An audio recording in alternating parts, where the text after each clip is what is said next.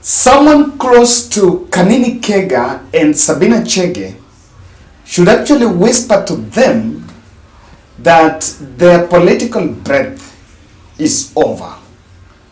And what they were actually hired to do, that work no longer exists.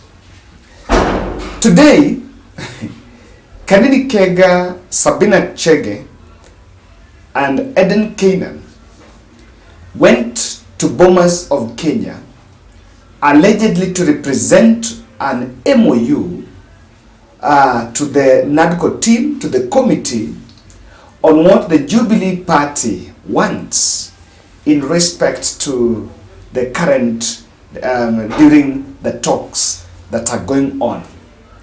And you can look at the photos and the videos here, trying to present, and of course it was a very lonely lot. It was a very lonely team, donning the Jubilee red colors, so that they project themselves as the owners or people representing Jubilee party. I think they've been beaten in their own game. Kanini Kega and Sabina Chege thought that they were acting William Ruto's script to dash off Uhuru Kenyatta, but little did they know that the fourth president, Uhuru Kenyatta, had nothing to lose. And what has really captured my attention is the message what Kanini Kega has just posted immediately after Bomas. And I want you to capture this keenly. Today morning, in the company of our party leader, Honorable Sabina Chege, Vice Chairman Honorable Kenyan, we presented the Jubilee Memoranda to the Dialogue Committee in Bomas. We appreciate the political discourse that we have as a country, and we feel obliged to actively participate. We are committed to the rule of law and respect to political parties in a coalition before and after the elections. We want to be recognized as an independent political party that is neither aligned to any coalition at the moment. Jubilee ni sisi na tuko imara. I tell you, for lack of a better word, these are just busybodies. Political clowns, busybodies of our moment. Because the committee is talking about, of course, in that committee, one of the other issues to be discussed there is the political parties, the issue about government dismembering the opposition, and of course the respect of the political party rule. But I don't know, and honestly, that's why I just use the word busybodies, because someone should help. Kanini Kega should explain to us, should explain to the country, how bipartisan talks team are supposed to help them, Jubilee, become an independent party. I tell you, don't just get it. And for lack of a better word, they just went there for the cameras. Remember, last week, the Kanini Kega wing also presented a memoranda to that, and of course they spoke, part of their proposals were bordering rebirth of BBI. Some of few recommendations that were in the BBI, they posted the Prime Minister and the deputies and the additional constituencies. What was the ambition, the 1 shilling vote, the ambition that was at the BBI that Uhuru Kenyatta envisioned, is what largely Kanini Kega faction relayed when they wrote their memoranda to that committee. So just before that, Kanini Kega and Sabina Chege are also back, and they also went to that place and held a press briefing. And if you look at the photos, it's headless. They don't even know where they're heading. They don't know why they're even there. I'm telling you. But I'll tell you why. they are really willing to make that technical appearance. Kindly subscribe to our channel, click the notification bell and like our video. Thank you very much for those who are supporting us at this juncture. I want to send special condolences to the friends and family of Kolo Kwala, who is a very ardent supporter of this channel. And of course, the body is being taken home for burial coming this weekend. Yes, and may God comfort their family. Tuko pamoja, and the Jubilee wing gave a press briefing. In fact, I can say without fear of contradiction that the reason why they went there is they wanted to get that press briefing so that they would get that press coverage and say something. I don't know.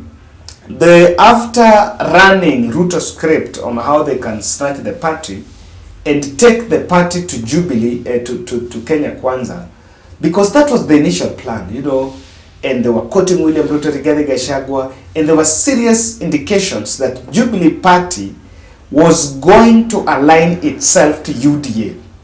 And even now, as the UDA party is consolidating to come up with a new political party, one big political party, Jubilee party, according to Kanini, Kega and Sabina, they were supposed to be with the UDA. So I don't know what has changed, that they've actually made the U-turn, that they no longer want to associate with the UDA party. I want to tell you what's happening.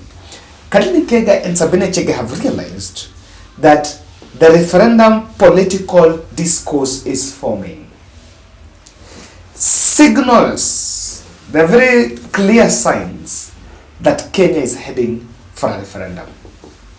If you look at political proposals, if you look at the proposals that committee is taking, and you look at the way, the level of public participation, how Kenyans are coming in and developing, bringing a lot of interest and bringing the public participation in it, there is a clear sign that they are building a euphoria towards a referendum.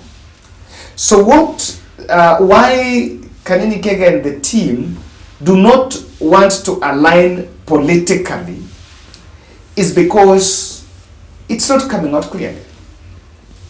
They don't know where the wave would be, because someone knows that if Kenya, this country goes to a referendum, some 2 years to election or some time to election, the side that will likely win that referendum will have an upper hand when facing the election. So that's why they're still in the middle. I'm like, are we going to join the no? Are we going to join the yes? Or how is it going to work? So they're still sticking somewhere in the middle. Number 2, Kanini, Kega and Sabina have realized that the government they wanted to project themselves as pro is no longer appealing to the masses. The ground is hostile because of overtaxation, and as much as they would want to show that they are associating with Kenya Kwanza, and so you need to get some political bonus, association with Kenya Kwanza as we speak no longer brings political bonus to any politician in this country. And that is why they can now make that U-turn and say neither Azimio nor Kenya Kwanza. And look at it. Now, Kenyans are suffering. And the moment Azimio decided then to also have the retreat and let Kenyans suffer, no anything force has come. And it is because unpopularity of government. Number 3, I think emergence of that Kamwene camp is bolstering Jeremiah Kioni. There is a camp of Kikuyu from Gema areas, from the Gema community, bringing together those who are also saying neither Kenya Kwanza nor Azimio, but they are not in Kenya Kwanza. That's what they're saying. They're not supporting government, but they're neither in Kenya Kwanza nor Azimio. So that Kamwene team has brought together Martha Karua, Jeremiah Kioni, and recently I also saw Maina Njenga joining that team.